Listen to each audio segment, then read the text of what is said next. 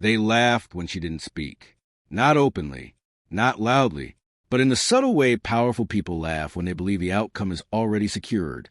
Smug glances, hushed whispers, the faint curl of lips that had never known consequence. The Superior Divorce Court Manhattan was overflowing that morning. Marble floors gleamed beneath designer heels. Expensive suits lined the gallery. Reporters adjusted cameras. Hungry for spectacle. This wasn't just a divorce. This was a public execution. At the center of it all sat Elena Blackwood. She wore no diamonds, no couture, no dramatic makeup to win sympathy. Just a plain navy coat buttoned neatly to her collarbone. Her dark hair was pulled back in a low knot. Her hands rested calmly on the table. Fingers interlocked, unmoving. Too calm. Across from her sat Richard Hale, billionaire real estate magnate, media favorite, a man accustomed to rooms bending toward him.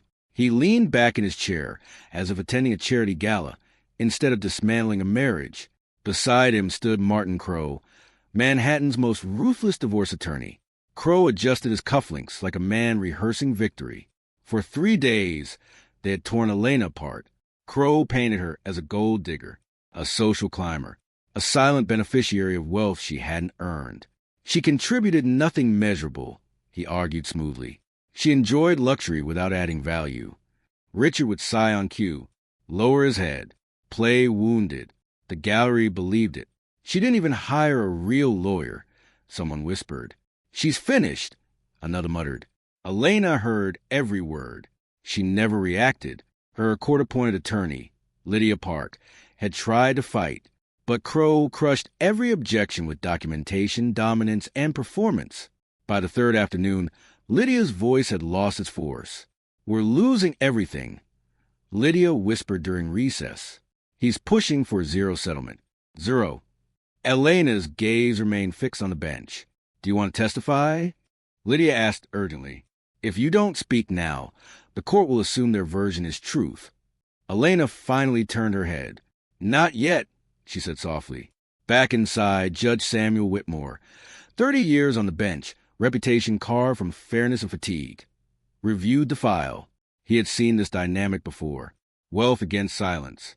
Power disguised as legality. Mr. Crowe, he said, proceed with your final argument regarding asset division. Crowe rose smoothly. Your Honor, this case is painfully simple. My client built an empire long before this marriage. Miss Blackwood entered it, benefited from it, and contributed nothing of substance. He gestured subtly toward Elena. Silence speaks volumes. A ripple of laughter passed through the gallery. Judge Whitmore turned to her. Miss Blackwood, you've remained silent throughout these proceedings. Is there anything you wish to say before I rule? Every camera lifted. Every breath paused. Elena stood slowly. Her chair scraped softly against marble. The sound echoed louder than expected. Yes, Your Honor, she said evenly. I have something to say. But first, I would like to ask the court question. Crowe stiffened. Relevance, he objected. Proceed, the judge said. Elena inhaled once. Before finalizing his ruling, has the court verified full disclosure of Mr. Hale's familial affiliations? Richard stiffened. Crowe snapped upright. Objection. Distraction. Judge Whitmore's eyes narrowed. Elaborate. The narrative presented assumes I am alone, powerless, without backing. She paused. That assumption is incorrect. A murmur rippled. Crowe scoffed. Miss Blackwood submitted sworn statements, declaring no external financial support.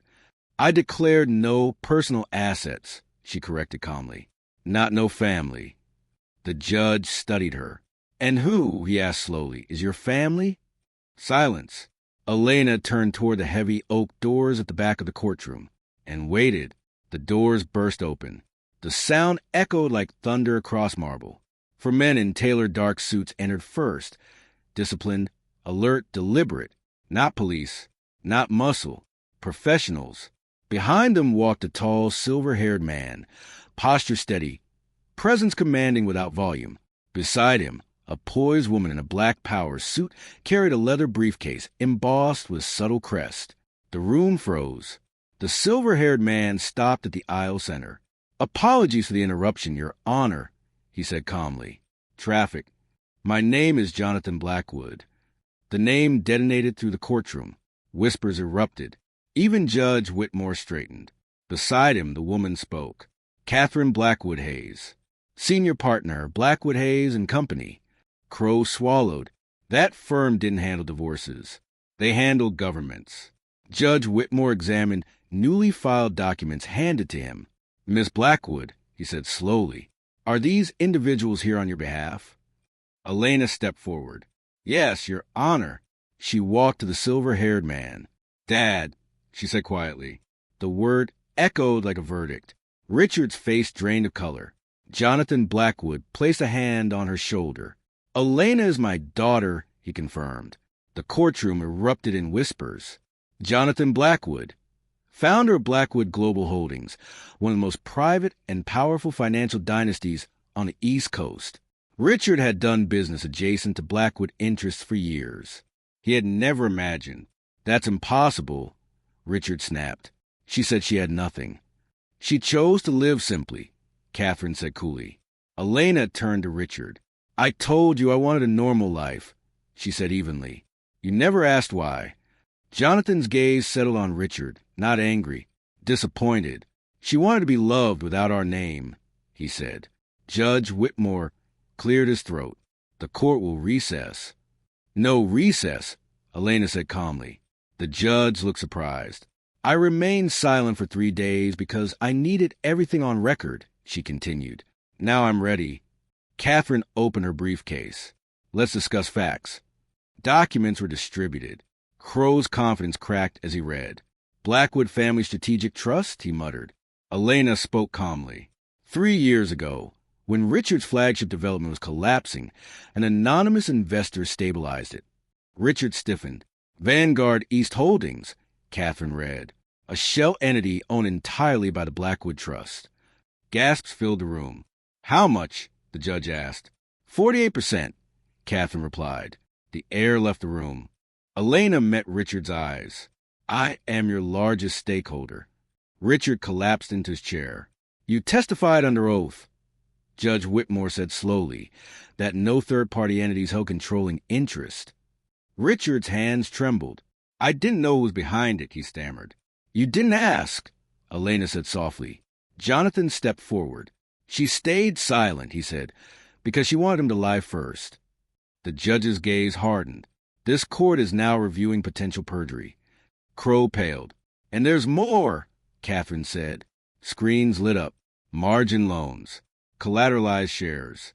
Missed calls. When Mr. Hale's liquidity became unstable, he borrowed against future earnings using controlling shares as collateral, Catherine explained. And the lender? The judge asked. A subsidiary of the Blackwood Trust. Richard's world tilted. You didn't read the fine print, Jonathan said quietly. Elena looked at Richard, not with anger, with finality. You told me I was replaceable, she said. You forgot to ask what I would do if I stopped protecting you. Silence swallowed the room. This wasn't divorce anymore. It was an unraveling. Part 2. By the time Judge Whitmore returned from brief review, the atmosphere had changed completely. Mr. Hale, he said steadily, were you aware that 48% of your company was owned by an entity tied to the Blackwood Trust? Richard's voice faltered. I didn't know. You benefited from the lie, the judge replied coldly. Catherine continued, voice precise. There are also 2 missed margin calls within the last 60 days. Judge Whitmore's eyes sharpened, which means control reverts to the lender. Elena Blackwood, Catherine clarified calmly. The gallery erupted. Richard gripped the table to steady himself. This court will suspend any asset transfers, the judge ruled. Hale Holdings is prohibited from initiating financial actions without oversight. Richard whispered, You can't?